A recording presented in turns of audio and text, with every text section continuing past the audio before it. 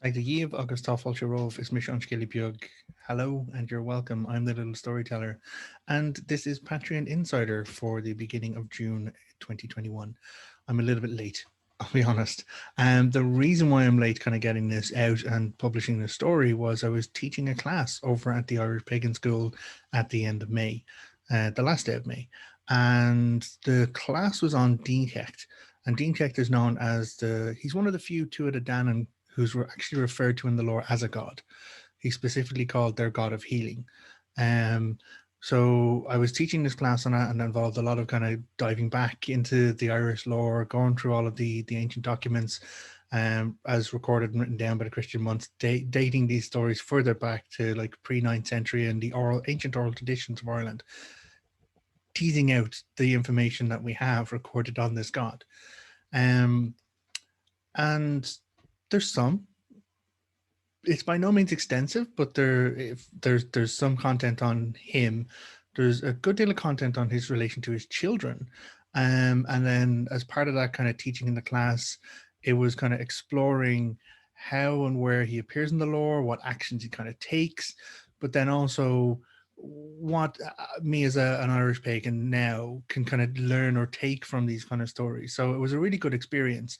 But what I do as part of those kind of teachings is I write a unique story to go along with the teaching experience, which it comes from my own view. Like it's inspired by the Irish mythology. It kind of takes lines directly from the Irish, kind of the ancient Irish stories, and brings them through. And I try and explore that in a modern context. And that is the big work that I do, which I really am very grateful for to be able to do, supported by my patrons and the students over at the Irish Pagan School. But the story that I have to share with you patrons today is the story from that class.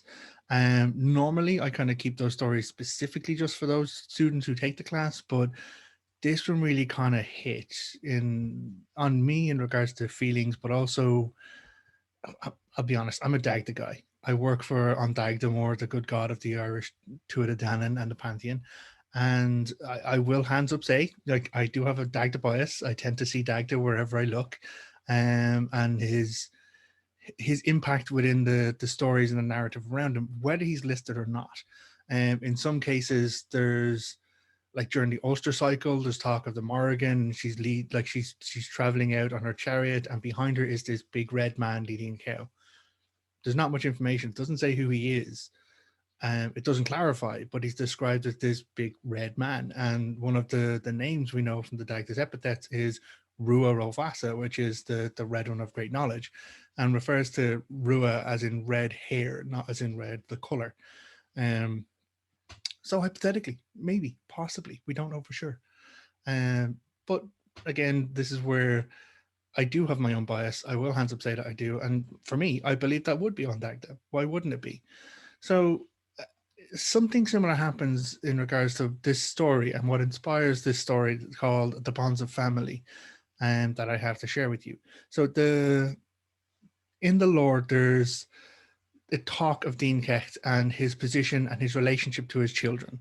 So it's Miach, Armage, his daughter, Octrul are the main kind of healers. There's another main reference to Ormiach. We don't know if it's the same guy or not. Um, but then he also has Atan, the poetess. There's Cu, Cian, and Kehan. Cian being the father of Lu. So, essentially the god Lu, his granddad is Dean Kecht. But it does say that Dean Kecht has siblings. He had three siblings who were also physicians, and they died during the first Battle of Moytura, when they tried to attack Uchud, the king of the Firbolg.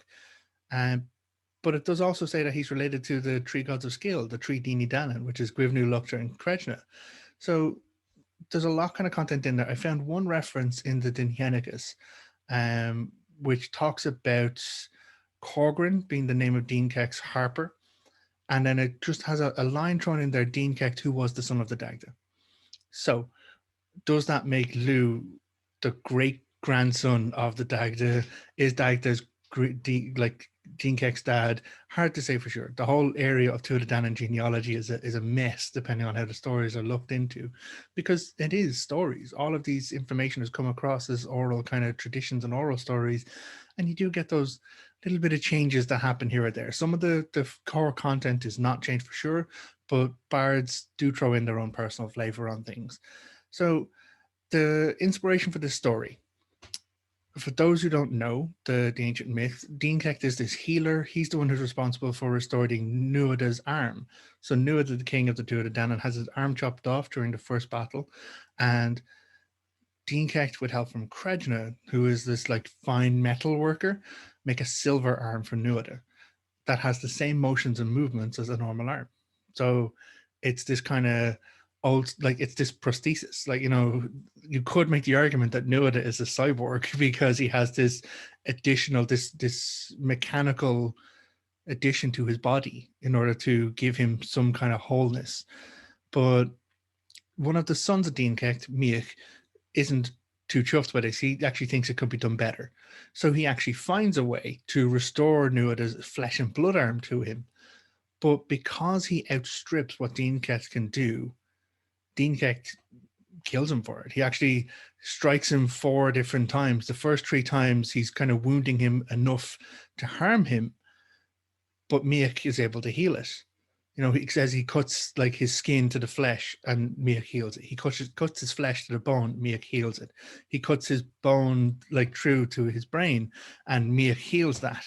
But then the final blow, Dean Kect severs like the kind of connection of Miach's brain to body, and that's it. Miach is gone.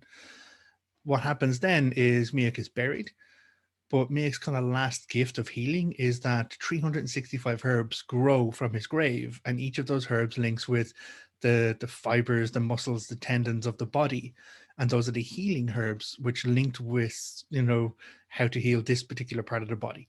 And so Armage, the daughter of Dean Kect, finds that, and she begins to she lays out her mantle, her cloak, and she begins to harvest the herbs and lay them out so she can map, you know, this herb is for healing this part, this herb is for healing this part. And she's kind of gathering this knowledge of herb kind of healing.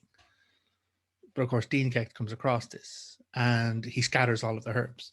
So no one beyond him would have the knowledge of healing.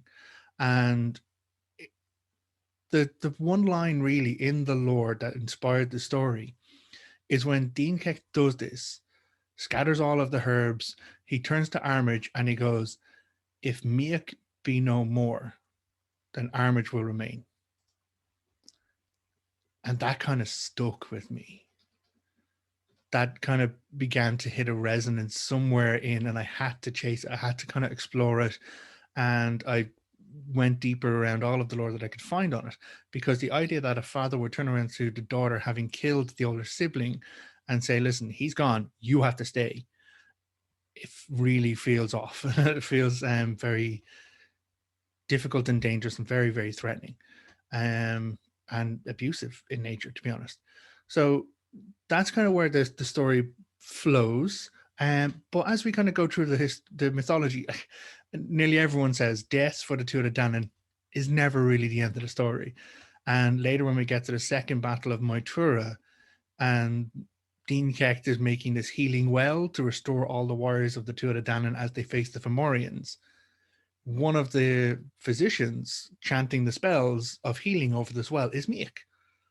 So Miach, Armage, Octrul, and Dean Kect are the 4 physicians listed during the second battle of Moytura who are using their magic on this well, which is pretty much a lake of healing, from which warriors kind of go into it hurt and harmed, and they come out whole again, ready for the battle the next day. So Miach, somewhere after Miach being buried, the herbs coming up, Armage kind of dealing with it, Miach is brought back. Miach is back alive again. And this was the second kind of thing that really stuck with me. It's like, okay, well, how? Like, we don't know how. It doesn't specify how. And this is one thing I would like to be very clear. It doesn't specify how Miach is back. What it does specify is that final wound that Dean Kect used to kill Miach. Dean Kect himself says it's a wound that no physician can heal, which is why Miach dies. He goes all out. He goes full on and casts upon him. He gives a wound onto him that no physician can heal, and it's game over for Miach. Miach is dead. Miach is buried. Miach's body grows magic herbs or like healing herbs. But then a few years later, we get to this battle and Miach's back.